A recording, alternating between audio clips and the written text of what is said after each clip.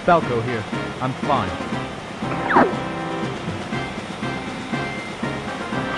This is Peppy. All systems go. Flippy here. I'm okay. I see him up ahead. Let's rock and roll.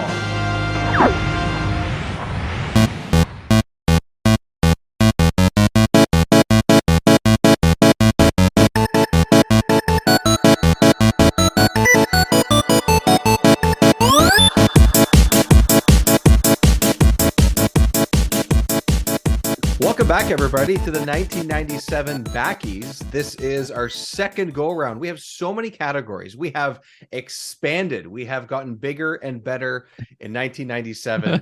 And we have more things to talk about, more great games, and a movie category as well to throw in here. Some decisions to be made. If you listen to our past episode, we have a Lost World Jurassic Park debate that we need you to settle. But because we have more to get into, we have at least 5-6 categories still to get to for the 1997 Backies. For those of you that don't know and haven't heard the previous episode, Mike, how do we sort of explain what the Backies are here if anyone hasn't heard it? Yeah, like we could give out video game awards of the year 2022, the year that we're in, the year of our Lord 2022.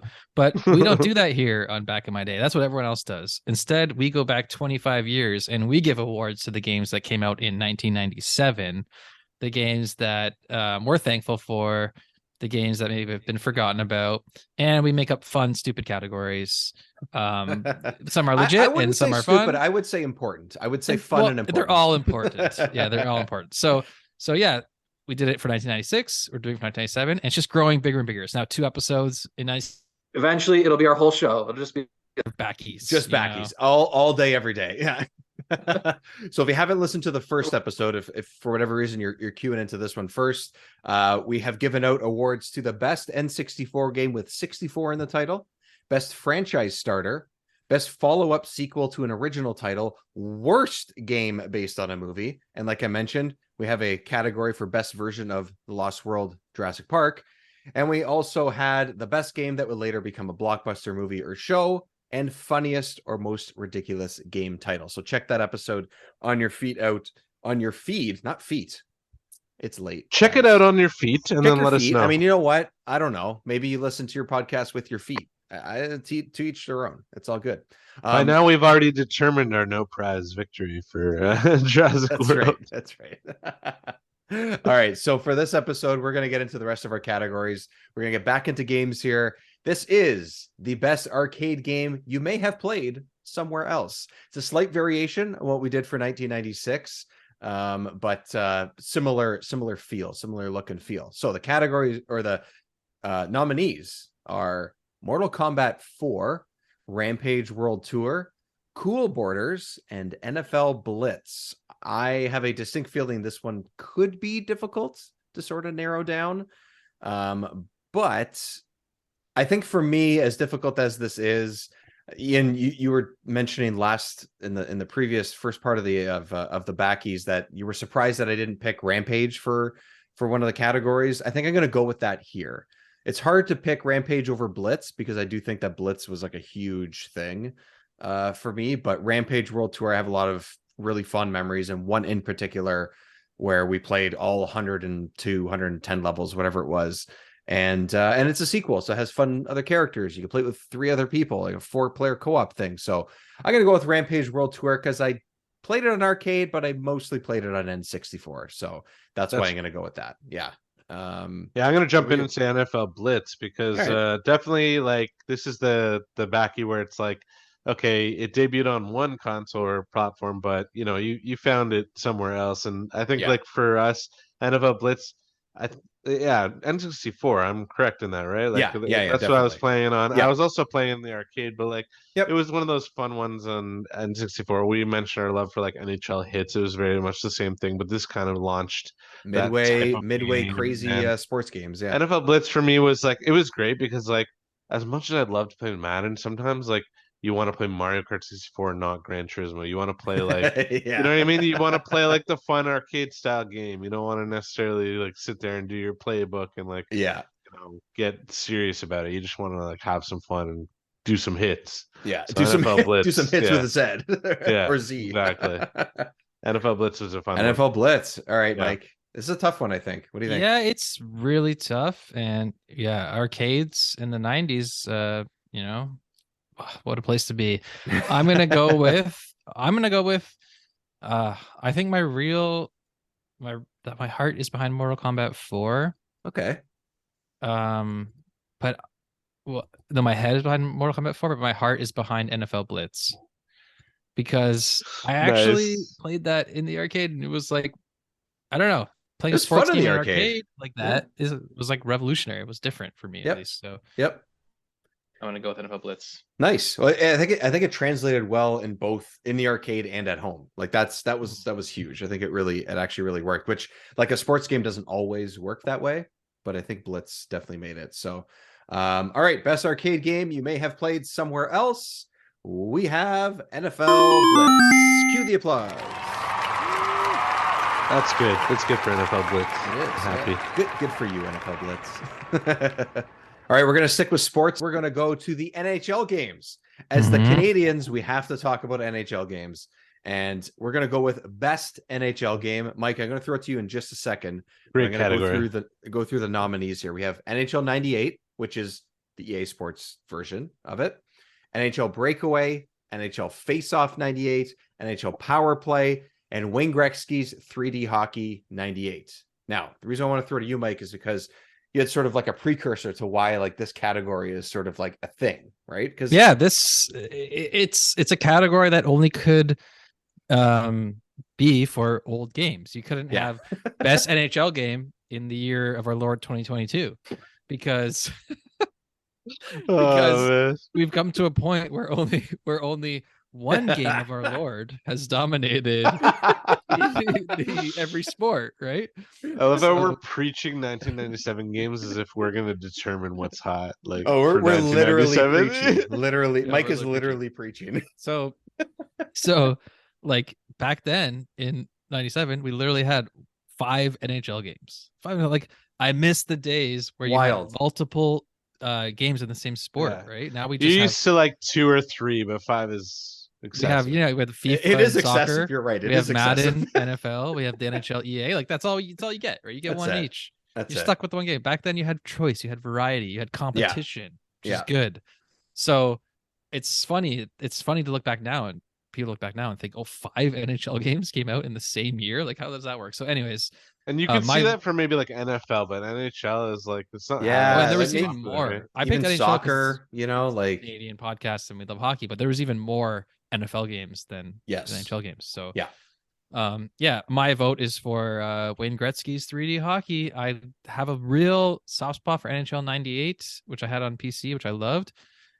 But I have even more of a soft spot for Gretzky's 3D hockey, and I think it's that also you mentioned PC. A lot of these games you could play on PC, like the NHL. The fact that you had an NHL or a sports game on PC is just not a thing, and hasn't been for like 15 years. Like, which is like, how do things go backwards? How do you have all these PC NHL games and then 25 years later have none? Like you step backwards. It makes no sense, right? Yeah. So it's just one of those weird things. That's why I'm going to jump in and say mine is NHL 98 for sure. I had it on PC. I thought it was a great game to play on PC. Like it was one of my go-to games. Just like it felt like the same games you play on console, but ported for PC. It was pretty good. Yeah, they always did a good job. I mean, these are always games that I think me and Mike were talking about a little bit off air. It's like from 95-ish, maybe 96 to like 2001, 2002. If you got the EA ones, especially, like those were PC games at the time because they most of them, or at least some of them, at least the 97, 96, they couldn't be made for SNES or Genesis or even Saturn sometimes. Like eventually in 98, you could do PlayStation, you could do N64, you could do like all, you know, the sort of later consoles, but like these were PC games for me too, for sure. Like I had all of them from like 95 or 96 up until like 2000, 2001 that were all PC games, which is crazy because it just has been so long since that happened. But I'm going to reference Remember 64 again, guys. Sorry, I'm plugging my other shows. It's just, it is what it is. But I replayed Wayne Gretzky's. It's a crossover event. It's a crossover event that nobody asked for, but they're getting anyway. Wayne Gretzky's 3D Hockey 98. I played this back in the summer and replayed it for the first time in probably 24 years, 23 years. And it's still great. It's still really fun. Nice. It still works really, really well. So that's my vote, because a little bit of a recency bias, or at least revisiting bias. But I really, really realized, and I completely forgot, that is a super precursor to NHL Hits, which we've talked about before. And Hits are like probably my favorite NHL games of all time. And this has the same announcer. It has a very similar feel. It has a lot of crazy things going on, just like NFL Blitz does, because it's also a midway game. So yeah, my vote's going to go to Wayne Gretzky's 3D Hockey 98. There are 2 of them on the N64. I played this one, and I thought it was still a blast and still lots of fun. So I'm going to play the world's smallest violin for EA NHL NBA, because I think that that's Wayne Gretzky's another great choice. For me, it's just like, it wasn't the first EA title, but it was a great EA title, and obviously kept going every year. But it was important too, so I'm glad it got mentioned. Good choice though. And as we speak, the Leafs are going into OT. So as of this recording, so NHL, there you go. Boom, baby. All right, so we have a couple of fun categories coming here. Now, this is, you could either call this the Old Man Award, or you can call it the Kids These Days Award, aka the best game franchise that has since been forgotten, or one that kids would have no idea what this is at this time. That is the very long title to this. So it's one of my favorites as well. Yeah. So this is sort of goofy. It's sort of a little like funny title and stuff, but these are all games, at least to me, that I think, when I put this together, that are franchises that people really enjoyed, or games that people really enjoyed, that if you mentioned, hey, did you play this? A kid nowadays, or have you heard of this, would have no idea what these are, or wouldn't even know what the game was, even if they didn't know what the title is. So the Kids These Days Award nominees go to Blast Corps, Klonoa, X-Wing versus TIE Fighter. I sort of included the whole series in there. Lost Vikings 2 and Turok Dinosaur Hunter. Those are our nominees. All of these are sort of dead franchises, essentially. That's sort of really the idea of this. So, Ian, I'm going to go to you first. Any direction you want to go in? Yeah, that's it's a good question. I mean, the X-Men versus X-Men, X-Wing versus X-Men versus TIE Fighter. Can you imagine like all the X-Wing and the TIE Fighter just coming in? Like, X-Men versus all right, just Wolverine jumping through space, slicing up TIE Fighters. I think all you need is Wolverine. He'll just tear through an X-Wing. Or, sorry, a TIE Fighter. That's for sure. Or Magneto just like grabbing all of them and just putting them into like one giant like ball of metal. Now I won't. Yeah, like I remember Power in the first annual back, as you mentioned the X-Men game, so maybe that's X-Men versus Street Fighter. But, yeah. So X-Men versus TIE Fighter. No, I'm just kidding. My actual choice is going to be, it's tough, but Turok Dinosaur Hunter, because basically, like, I don't even remember it being the best game. Like, I remember pouring a lot of time into this game and being pretty confused by it at first. And it was something that, like, it was a different sort of game than what you're used to on N64. There was a lot of similarities. The to controls other were weird. But, like, that's all I remember. Yeah, it was interesting, but I remember pouring a lot of time into it, and being forced to play it at friends' houses and stuff. And like, it's what, regardless of whether you think it's a good or bad game, it for me like gets the backing for this conversation, just because like you're definitely not playing Turok these days. Dave, I want to hear what Dave says next. Yeah, so I have experience with 2 of these games. Once again, guys, sorry, the crossover event continues. The reason why I included Blast Corps, and especially Blast Corps, I think it's a very forgotten game, but I just played that within the last month. And I also replayed Turok for Remember 64 as well. I played both of these games this year.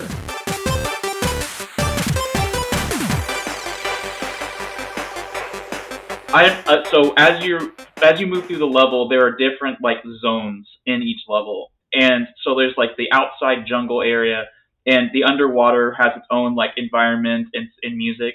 And once you go into caves, it has its own environment and music and stuff. And once I would go into the cave and see the little monsters jumping around and the music gets scarier, I would always stop playing.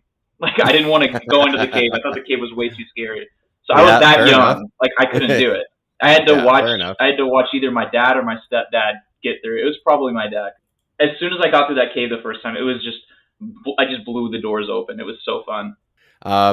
Actually, I want to talk about that because you're talking about the caves, the different stages and stuff. The level design was actually something that I did not comprehend at the time, and you're not thinking about that stuff when you're younger, right? That's never anything that's really top of mind. Oh, this is fun, this is cool. Like that's really as far as it goes. And now with so much experience with games and comparing the old ones to new ones and all that type of stuff, like it's a very ambitious way to make a first person shooter. I think that's what I felt. I felt like it was unique, and every level felt pretty big.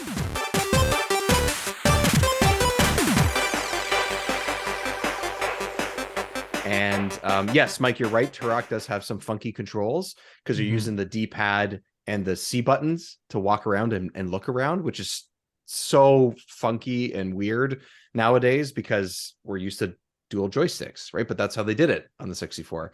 For this game, at least, yeah. Yeah, for that game at least, yeah, exactly. But Turok is actually a cool choice because I think they could really do something with that. And there was definitely sequels. There was like 4 of them or something. They were also on Game Boy. I have Turok 2 on Game Boy for some reason. It's not great, but I tried that out when I replayed this one, and I'm like, yeah, no, I'm just going to go back to the 64 version. This is not very good. But I want to.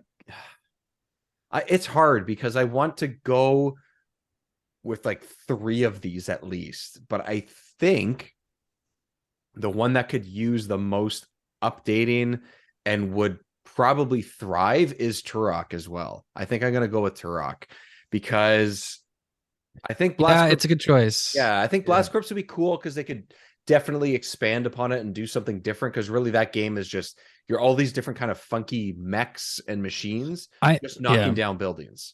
That's all it is. I'm going to say Turok too. I'm going to say Turok as well because unanimous. It could be really good, like a game where you're a first-person shooter fighting dinosaurs. Like that has so much potential to be remade into something awesome, and it's definitely a game that everyone from the 90s remembers. Even if you didn't play it, everyone knows that game. That at least the first couple, like for sure. Yeah, on N64, yeah, like everyone knows what you're talking about, the dinosaur shooter game. Yep. But yeah, if you told kids these days, there's no way how would they know what Turok is, right? But it was synonymous with dinosaur shooter. Back when I was growing up, everyone knew that Turok was that, whether you played it or not. I don't know if it had a good marketing campaign or if it just had good word of mouth or whatever, because I barely played it. I rented it once probably. But I still know it as that dinosaur shooter game. I played these a lot. I owned the first or second one, and then I played for the first or second one at a friend's place. We always played the multiplayer. Again, it was another like first person shooter that had multiplayer on 64, like just arena shooter type thing, but it had crazy guns, like all these wild things that it came up with. The sort of idea of you also, shooting people, but also dinosaurs, and sort of this mix of time travel and stuff. Like you could really go crazy, and just updating controls and visuals alone could be something cool. Like they have a remastered or like remastered version or something, or sort of updated version. You can buy it on Steam. It's like, $5 or something like that for this and the second one and whatever.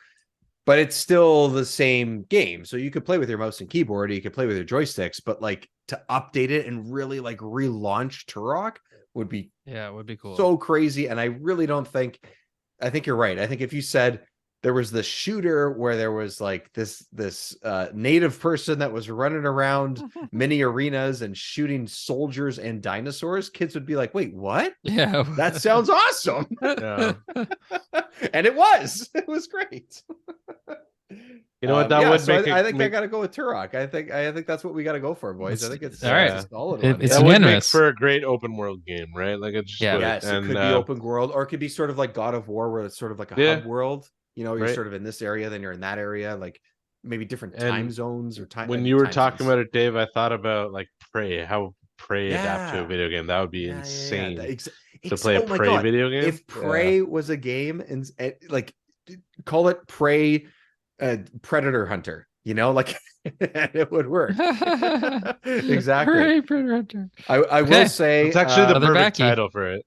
yeah, right. I will say Lost Vikings 2 would be kind of cool because Lost Vikings is sort of a Blizzard franchise that was on Super Nintendo in like the early days of consoles and PC, and it's essentially a puzzle game with 3 different characters. They all have different abilities and stuff.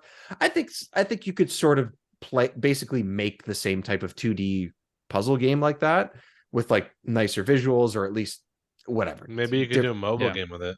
You could do a mobile game with it. They're fun characters. Like I played them a lot. I didn't play them because they were very difficult to play as, but I played against them or with them on the same team with the MOBA of Heroes of the Storm, because they are a Blizzard set of characters, and they were in that game as characters, and they were fun. They're super goofy. They're very cartoony. Like you can have a lot of fun with that nowadays, and kids would have no idea what they are because they haven't been around for, I think, 25 years. I think it was the last time they had a game was this.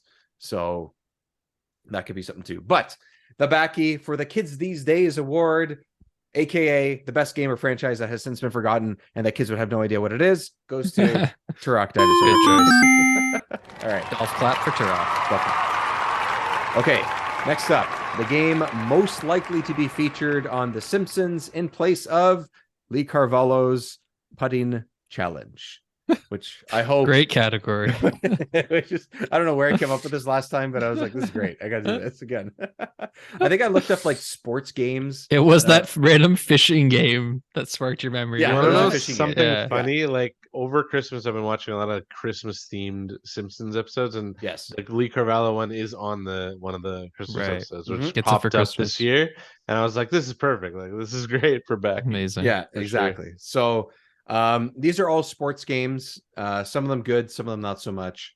But the nominees are Shane Warne Cricket, Winning Spike arcade game, All-Star Baseball 97 featuring Frank Thomas, and Wayne Gretzky's 3D Hockey 98, which is making a reappearance. So this is, I think this isn't like let's award the best game, because I think we would just give it to Gretzky. I feel like that's not what it's about. do. Yeah. So I think that's almost in a way that's just being eliminated. Yeah. It's about capturing the energy of the Lee Carvallo putting challenge. Welcome to Lee Carvallo's Putting Challenge. I am Carvallo. Now choose a club. You have chosen a 3-wood. May I suggest a putter? 3-wood.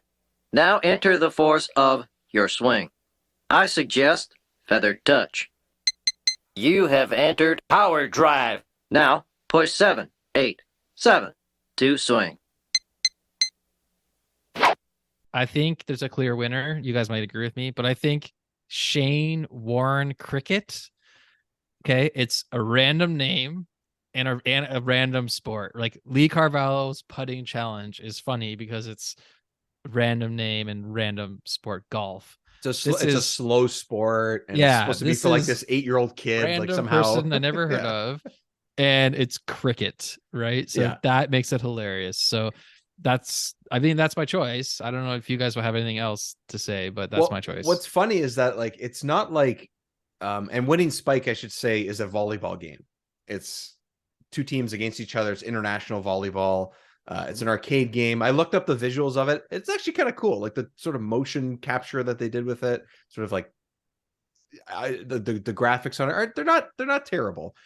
But Shane Warne Cricket, I looked it up on YouTube and I pressed play on a couple of videos, and the reason why this needs to win, whether you guys were to vote for this or not, is that the announcer in the presentation is so similar to what Lee Carvallo has in the nice. that it is so perfect that it needs to win. Just because You've selected power drive. The fielder isn't going to stop that. 6. Well, that's a cracking shot.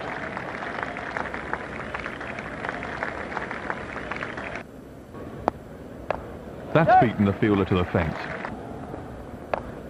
It's in the air and 6. I don't think the captain will be too pleased with his bowlers.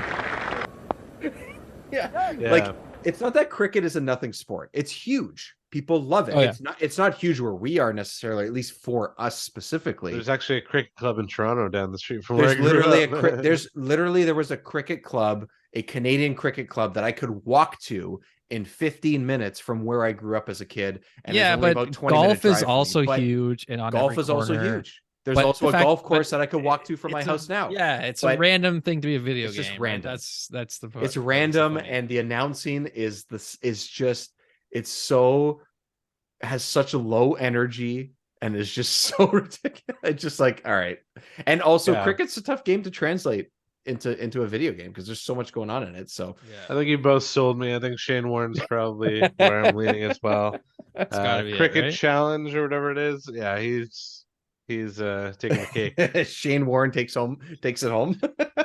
Shane Warne, God rest his soul, because I just looked it up and he's not with us anymore, but he will live Hey, on. he put his name out there. Yeah, It's he out will there live on forever. because he's now immortalized with the Backy. With the Backy. Yeah. Yeah. And Same also with Mark David.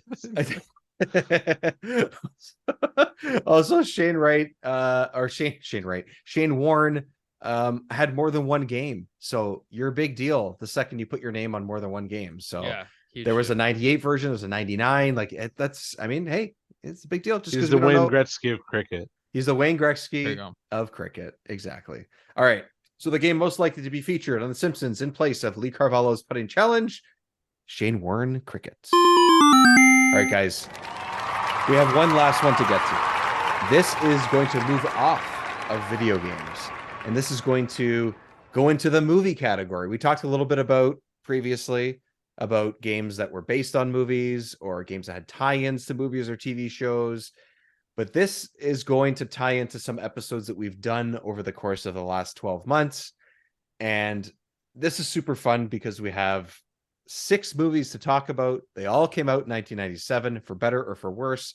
We saw all of them, and it is the best twin movie battles of 1997. Ian, I'm going to let you take the reins on this one because this was your idea here, and I absolutely love it. Go for it, sir. All right, guys, this is an interesting category. It's been an interesting Backies ceremony, and I think the important thing to note is that we've had the general theme of 1997 running through our episodes this year, and it's popped in and out with our reviews and whatnot. And I think from what I can gather, you don't know what we're gonna hit you with the Backies, whether it's gonna be a no prize, whether it's gonna be something we're celebrating, whether it's gonna be something that is the worst of all of its category. Either There's way, no you're getting a flow Backies to the show. It's just sort of like, let's just do well, whatever. I'll stop you right there. I think the through line that I've noticed is that it's stuff we like to talk about. So that's basically That's true. where we're at with this. And this is why I'm going to try and sway you right off the top with my best battle for twin movies in 1997. We have Spawn, Batman and Robin. We have Jungle to Jungle, George of the Jungle. And we have Volcano, Dante's Peak. I think for me, Volcano and Dante's Peak are serviceable action movies and are kind of in the category of like you could debate which one's better for that year. But Spawn and Batman and Robin is gonna be my choice, with the bonus of adding Steel in there as making it a trifecta for superhero movies competing for the worst superhero movies of 1997, and therefore their battle is the most epic. And I think whether you like Spawn or hate Spawn, whether you like Batman and Robin or hate it, they're both competing for some interesting superhero movies of 1997, and we've reviewed both of them on this show. Yes. Which is why I think the Backy should go to Spawn and Oh Batman. my God, and we Robin. did review both those. Both of them this year. And check I'm out going those on record episodes. to say I want to win the summer movie wagers so that I can ensure we don't ever watch Steel, because I have a feeling that like that's something Dave would do to us if he were to win again. Yeah, Dave's stop choices saying are stop saying notorious. Steel because I'm going to Stop giving remember him it and then ideas. choose Yeah. it. So Spawn and Batman and Robin, I mean, we have episodes on them covered this in the Yes. past year, and we've been talking about a lot of 1997 films, some of them good like Fifth Element, some of them bad like Spawn and Batman and Robin. So that's what I'm nominating for the Backy for I like it. Mike, I'm gonna go to Battle you of next. the Twin Movies. Yeah, Oh, it's a Battle of great the idea. Movies. The concept of to talk about the concept of twin movies. Okay, this is the concept and the idea where two similar movies come out with basically the same premise in the same year. And I feel like this started happening in the 90s. And I feel like people always give the same examples. They go Deep Impact and Armageddon, and then they say Dante's Peak and Volcano. Yes. Yeah. And that's why I have to go with Dante's Peak and Volcano. And the idea behind the twin movies thing is that it's a phenomenon that you see happen. And it does happen a lot. Like there was 2 Jungle Book movies that came out 2 years ago. There was Avatar: Way of Water this year and Black Panther with Namor. It's like these weird there's these weird things that happen where these movies that are like identical. There's 2 Pinocchio movies this year, or 3. And Yeah, someone has said the theory behind it is that sort of the studios kind of hear the other studios making it, and it kind of like forces the other studio's hand, and they kind of rush to get their movies out, right? They have sort of movies in the making, and they sit on it for years, and it's the other studio's making this movie. So yeah. So you can see it why it kind of happens, but people always point back to these years in the 90s. I feel like it started in the 90s. That's this twin movie phenomenon, and I have to give it to Dante's Peak and Inferno because it's sort of the classic example of the twin movie, right? That's why I have to go to it. I think that's why I was leaning towards that too, is because that is Volcano and Dante's Peak are exactly, to me, what it seems like everybody refers to, because not only that, some people get mixed up as to which one's which. Yeah, you know, it's sort of that like effect of like, and I don't think you can mix up. I mean, maybe Jungle to Jungle and George of the Jungle, maybe just because of the title, but like Spawn is Spawn and Batman and Robin is Batman and Robin. They're 2 very different movies because of just the way they're presented. Yeah, I do. But it agree, reminds though, me of when studios were pushing, like even recently, like with Civil War and Batman vs Superman, like studios pushing that superhero film that's gonna really break, like, break the mold. You had Civil War and you had Batman vs Superman. Like it's happening more and more these days. I feel like. I can't even think on the top of my head, but I'm sure if you were to look it up, it'd be a lot more common in the late 2000s, 2010s than even the 90s. They're running out of ideas, man. They're running out of, it started in 97 or it started in 95, whatever year. Or Armageddon and Deep and Impact, it's just gotten worse. And it's just gotten worse from there. So I think you're right. I agree. But I'm going to go Volcano and Dante's Peak for the exact reasons that you gave, Mike, because I think you said it really well. So I'll sort of leave it at that. And I do remember at the time in enjoying both these movies. I do. Yeah, no, it's a good choice. They're good. Like I mentioned them up top, but at the same time, like I tried to give it back to Batman and Robin on the show, and it's fine. Not on my watch. Not on my watch, Didn't friend. work out, Not on my watch. Listeners, I tried. I had fun doing those episodes, so that's why I tried to. Sorry, Mike, you're breaking up. Yeah, what was that, Mike? What? But I think you're absolutely right. Volcano and Dante's Peak deserve to be in the conversation because they're one of the originators, along with Armageddon and what was it? Deep Impact? Yeah. So Deep Impact. Who remembers that other one? Example. But that's the thing about Dante's Peak and Volcano. I think they're more so in the conversation than Armageddon because they were close in quality. It's not like you had one and then you had another, and that's it's true. Very true. Clear which is the winner. In this one, it's like, okay, and in the same respect, Spawn and Batman and Robin. Spawn and Batman. I was going to say Spawn and Batman and Robin. It's up in the air. That's just not the classic example people give, so it doesn't string. But I will be interested. I really want to keep this category going, and I want to see if next year we can find twin movies in 98. The year after that, we can find twin movies in 99. I really want to see how far we can keep this category going. It's a really good idea. It's really fun. I don't want to do the research, so Ian, this one's on you. Yeah, that's on you. Yeah. Well, that's fair. That's fair. All right, the first Backie to a movie, because this is the first like strictly movie category, goes to Volcano / Dante's Peak. So, like you said, Mike, golf clap. I already secretly awarded the Lost World Jurassic Park a Backie before. That's true. That's true. Yeah, that's true. Okay, so the 1997 Backies, gentlemen, this is great. Cheers again as we end our second go around for the Backies for 97.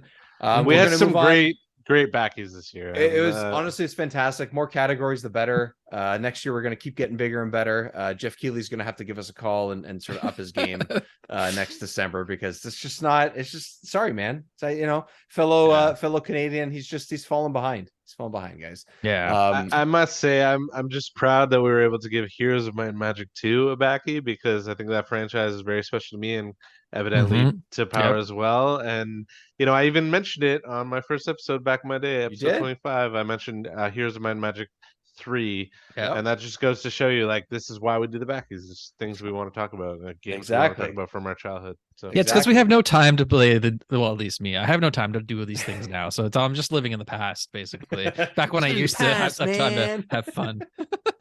Living in in the past. Good point. In the past. My memories are fun. My life now sucks. Oh yeah, that's exactly. Essentially, that's what it is. Being an adult is overrated. Don't grow up, kids. Well, our Don't grow gracious up. host Dave is having a lot of fun reviewing games, so I don't know. It's not all bad. I'm reviewing new stuff, but I'm also reviewing these 64 games. So I'm going back and forth. Exactly. So okay, so 2023 is here. Somehow 25 years ago was 1998, so we have 1998 stuff to go through now. There's no Spawn to go back to, there's no Batman and Robin, but there's other things we're going to get to, and for better or for worse, we're going to start looking through 1998 games and movies, so look forward to that going forward. Until that time, Mike, where's everyone following our stuff online? So find us on basically all the social media apps at Day Back In. The best place to follow us is on Patreon, patreon.com/backinmyday. And the podcast is called Back in My Day.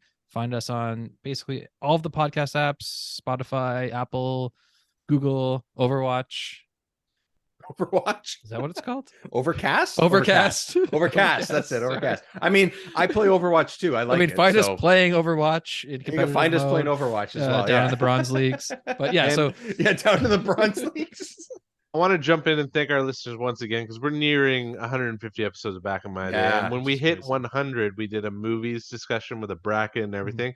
And we also did a games discussion. So you got to go back and check that one out because it might feature one of our favorite games of all time from 1997. Yes. Pew you're pew. Right. You're right. For sure. Yeah. So we really appreciate everyone listening, and hit us with those 5-star reviews on whatever you're listening to. That really helps. Leave us a little review. Also, that helps. And thanks for listening.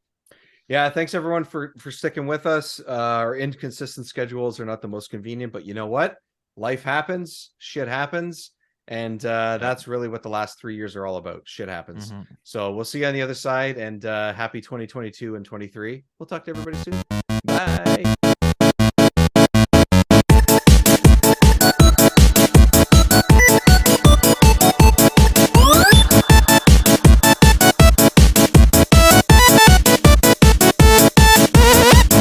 Merry New Year. Please play the ride out music of just like GoldenEye 007. Just like music, just like